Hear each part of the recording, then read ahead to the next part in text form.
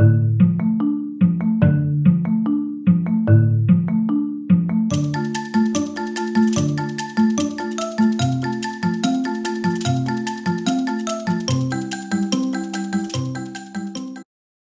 everyone, and welcome to this week's Tickling Tuesday. Today I want to show you what I do with all the small solid stamps that come within all the different stamp sets. To show you, I picked out some paper smooches sets to show you there are some little just like water splashes, or even in the sentiments set there is this little circle that can be hearts, leaves, clouds, anything.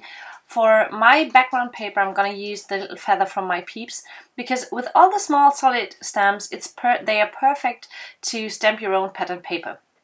So I take this little feather, sorry, and I put it onto a very small acrylic block, because this is the easiest way for me to control my stamping. I know there are a lot of people using the stamp press or something, but this is what works best for me.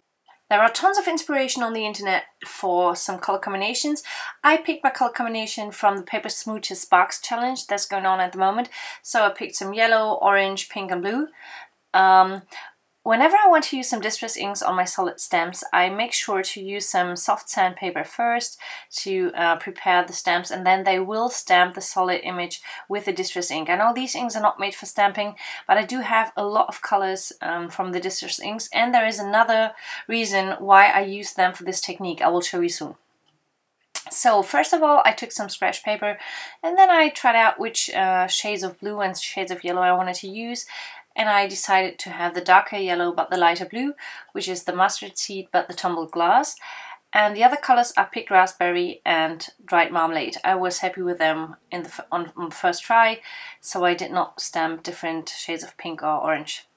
So I have mustard seed, tumbled glass, spiced marmalade and picked raspberry. And this is, now I want to show you why I do not use like dye inks. For this technique, I love My Hero Art shadow inks, I really love them, but for this technique you have to change your stamps all the time. You have to clean them up and use another color, clean them up and use another color. And as you can see, if you had the yellow on your stamp, even if you clean this with some wet cloth, the colors do change. The yellow is an orange after you use the dark red, so you can do this, but you have to use a stamp cleaner or always stamp some images onto the side. And this is lots of work. So for this technique, I prefer the distress inks. You could also use pigment inks, but I do not have very much colors in pigment inks, so this is my way to do it. And then I just start to stamp a row of feathers in all the colors. I just mix the colors up. I start at first with the 4 colors, stamp all 4 colors, and then I do it totally randomly. I'm totally fine if 2 pink or 2 blue feathers are next to each other, or if I have blue, yellow, something like this. I really don't care. As you can see, I just do it randomly, and so you do not have to wait that long. I sped the process up in my program. It doesn't have to be perfect. If you are kind of a perfection guy, you can of course draw lines with your pencil first, but I did not do it. I just stamped them randomly and eyeballed where I put them, and I think this looks pretty nice. I think yeah, if it would not have been distress inks, it could be a pattern paper. You can of course see that some of the impressions are not perfect with the distress inks, but really I love this paper that I created, and I just cut it slightly smaller to make yeah, to have a panel on my card. Then I decided I wanted to have it kind of a little bit off to the left, and then I used some adhesive to put it on temporarily, and then I took my Faber-Castell Pit Artist pen in size M to draw a frame around that panel. So you can see these Faber-Castell pens do not bleed through the paper, like I already said in another video, and they come in different sizes. You can have like bold, medium, and I think I have one in XS.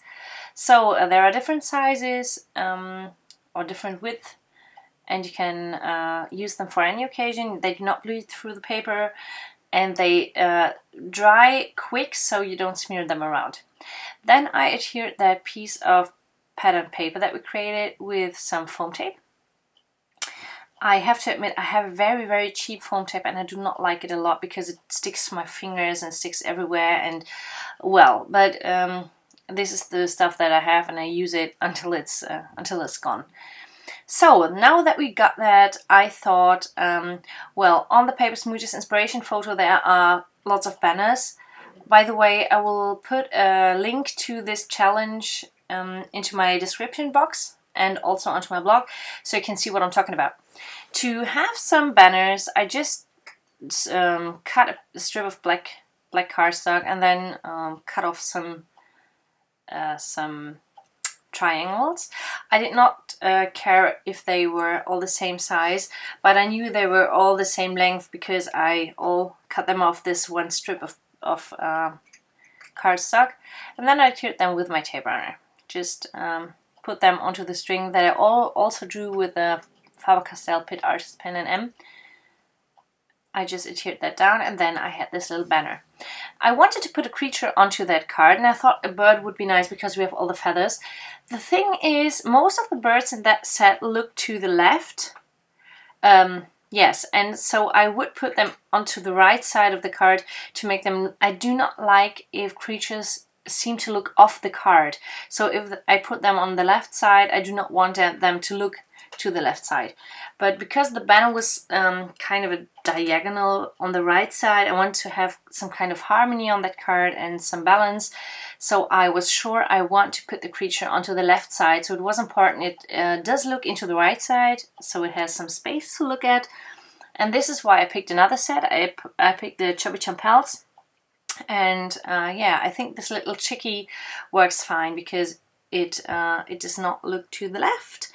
And yeah, it's quite big. I wanted to have a quite big creature, and you can color it in the colors that you already used. So I took my piece of scrap paper again, and then I made sure my markers would match the color that I used for the stamping. So I used some yellow colors that matched the mustard seed, and as you can see, I then picked some Copic markers in orange to make it match the spiced marmalade, and that was these were the only colors that I used for the little chickie. So I am sure the colors match. This is something that is really important for me all the time, to have it. Yeah, it doesn't have to be perfect, but I really want the yeah, the colors to look nice together.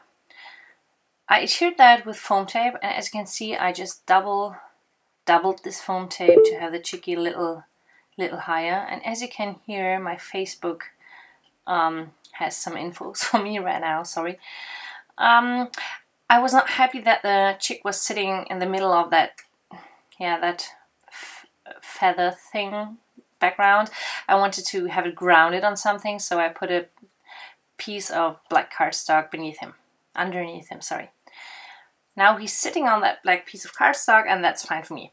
I used the birthday sampler again, just like last week, because I really think those sentiments are adorable, and this is kind of a party scene with the banner and all the colors. So I decided to have the Let's Celebrate sentiment on this card, because it works fine with the images that we have. It works fine with the challenge that's going on, and I stamped it in black onto this side because I think this just looks cool on that card. This was a nice placement for the sentiment. To finish off the card, I just used some glossy accents on the beak and on the eyes, because I think the beak should be shiny, like in real life, you know. And I like glossy accents on big eyes, and that finished the card. I hope your mojo got tickled and you pick out your small solid stamps and create a background. I would really love to see this, so maybe you like to link your card onto my blog. Thanks so much for watching!